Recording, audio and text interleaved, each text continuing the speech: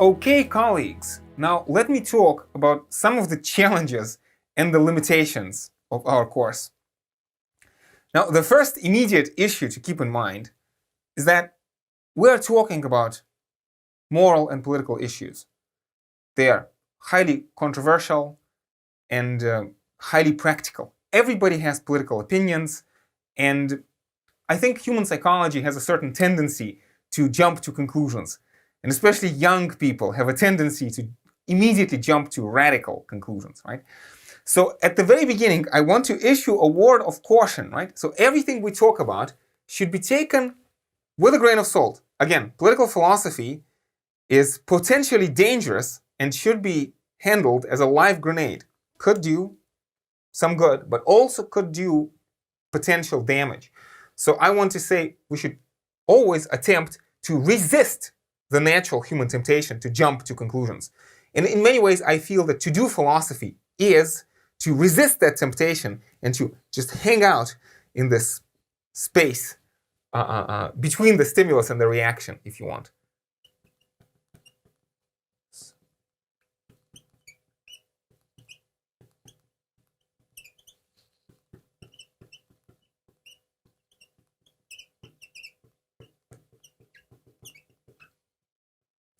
Now, the second thing, let us talk about these particular conclusions, right?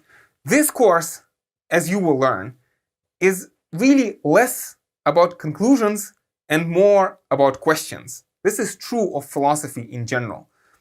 You will see, and there are actually good reasons for this, there's very little consensus in philosophy, even today in the 21st century. Tentatively speaking, it seems that the reason for that is that human mind, the nature of human intellect, is limited. It's hard to say, right? But again, philosophers don't really deal in knockdown arguments. So and as far as that goes, there always seems to be room for disagreement. And also, I have to say that many of the conclusions that I'm going to be giving to you are highly controversial. So I'm going to try as much as possible to signal when I am giving you my own opinion. Well, obviously, the way I have decided to structure the course and to choose the topics, that has an impact by itself. And I will try to make my contribution as explicit as possible, because ultimately, at the end of the day, I feel that I also do not have any kind of final answers. So I want us to see each other in this course less as teacher and students, and more as colleagues. We are in this together. These are ancient, fascinating questions, and we are trying to think through them together. So I want us to take some kind of a collegial approach. And at the end of the day, I think this is very important.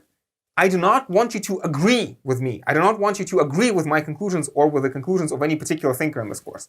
The point of the course is to point you to some interesting questions, but also, much more importantly, to equip you with the tools so that you can give some kind of preliminary answers to these questions. And hopefully, after the course is finished, these tools will stay with you, and you will be able to revise the answers that you have come up with by the end of the course, right? Revise them as you go along. And remember, if we look at history of philosophy, we see it as this history of progressive dialogue and history of constant revision. So again, going back to this issue of resisting the temptation to jump to simple conclusions. If this was a simple subject, it would have been over 2,000 years ago. Now, a third thing I want to say is that, unfortunately, and it breaks my heart, but we only have a certain small set number of classes. We cannot cover everything. I wish this course had 100 lectures or maybe 1,000 lectures. So necessarily, we are going to be superficial. So in many ways, I feel that for many philosophers, we will only really be able to just barely scratch the surface. So I want you, colleagues, to take this as an invitation to read ahead, to read on your own, to deepen your understanding, right? Outside, beyond the limits of the course. So again, I cannot seriously hope to impart the knowledge of political philosophy to you in this short space, but I seriously hope that I'll give you some pointers. I'll draw you a map that you can follow along by yourself. And again, take this course first and foremost as an invitation to continue this virtual dialogue on your own.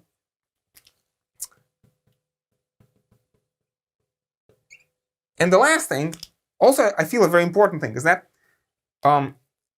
for many different reasons, most of them having to do with the structure of the university system, with the structure of the course syllabi, right? So this course in general is embedded mostly, first and foremost, within the Department of International Relations.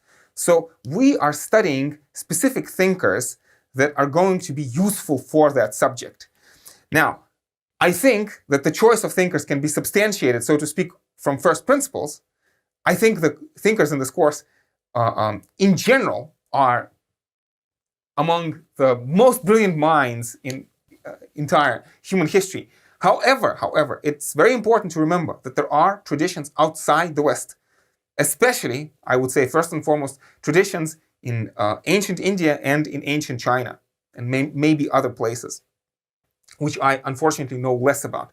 So I want to say, it's a declaration of a limitation of this course, that I hope that you will find the time on your own, or maybe within the limits of some other courses, to talk about traditions outside the West as well.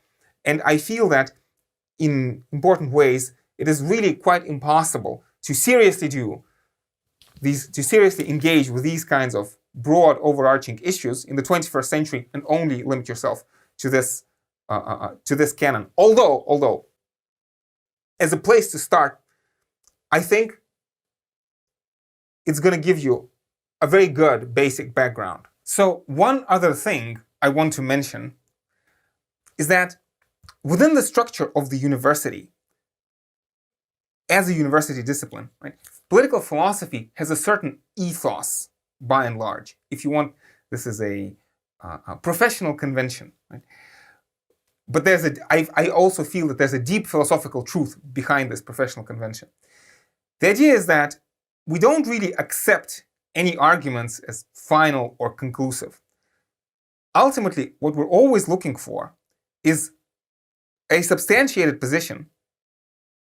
But very importantly, before you can have a substantiated position, you need to understand what are the best arguments on the other side. So there's a deep commitment within our discipline, at least as it is practiced in our university, to a free and equal discussion.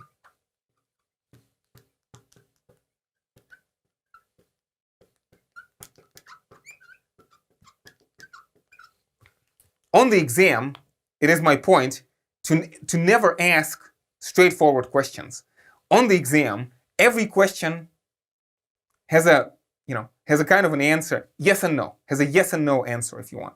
Right? You are always invited, if the exam is intelligently designed, to produce your own opinion and to substantiate your own opinion. Again, and any opinion potentially should be open to discussion, should be on the table. So free and equal discussion. But then, again, there's this notion of being able to provide the best argument on the other side of the issue. Or let's say, if you are proposing some kind of a view, that you are able to provide the best argument against your view.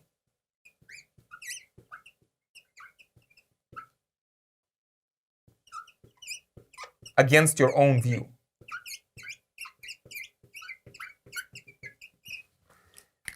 And notice that if I want to follow this advice, it is imperative that I treat you not as students, but as colleagues.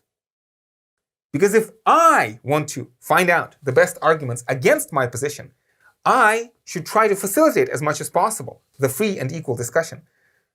I should invite you to first and foremost disagree with my position.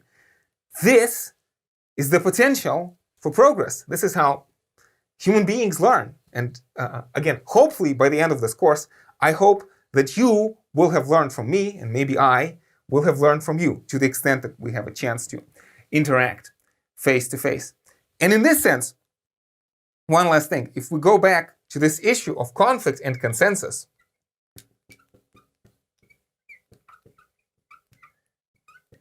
we can apply this question to this particular course. Is this a conflictual course? Who knows, right? So we should be open to this dangerous and disconcerting possibility. What would that look like? Let's say me trying to indoctrinate you into a certain position. I want to say, although should you take my word for it, right? I want to say, of course not. This is not what I'm trying to do. I'm not trying to indoctrinate you, right? And hopefully you are freely choosing to take this course because you find it interesting or you find it useful, right? But then, if it is true that this course exemplifies this consensual side of the issue, then, again, we would have this possibility of you learning from me, but also me learning from you.